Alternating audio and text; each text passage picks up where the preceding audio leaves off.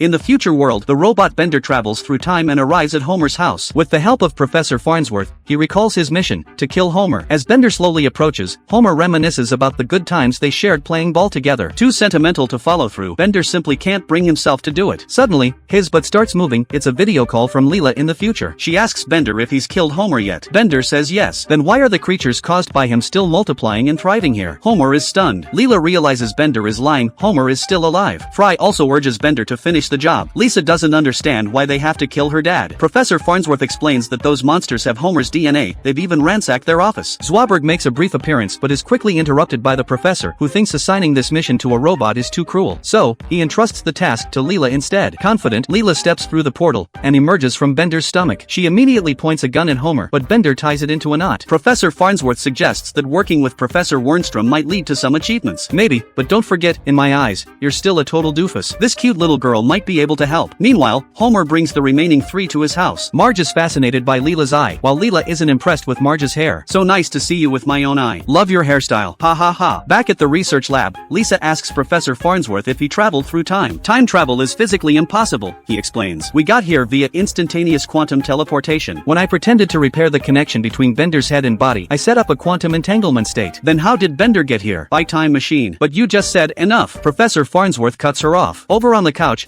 Homer and Bender are fast asleep when Professor Farnsworth arrives with big news. Only half the DNA in the monsters is Homer's, the other half belongs to someone else. So we can kill that person and spare Homer. The professor uses a device to analyze a sample, and an image of Marge appears. Marge is horrified. Don't worry, we might not have to kill you. Phew, we just need to kill your children. Or one of them. Assuming you can figure out which one started the killer rabbit outbreak. Just then, another message comes from the future. The terrifying monsters invading New York have begun to mutate. Surprisingly, their new form looks a lot like Bart. Lisa immediately suspects Bart, but how could a little boy destroy the future? After some reflection, Bart remembers, House put a lucky rabbit's foot into a time capsule, and Bart added a sandwich he'd sneezed on. The capsule was dumped into a nuclear waste pit. Radiation leaked into the box, merging Bart's genes with the rabbits and creating mutant bunny monsters. Lisa has a flash of insight. We just need to dig up the time capsule. The group drives to the site. Bender tries to cut through the ground with a laser, but Willie stops him. Another message arrives. The monsters are tampering with the power source of the engine door. If they destroy it before he can finish, everyone gets sucked into Bender's body and transported to the future world.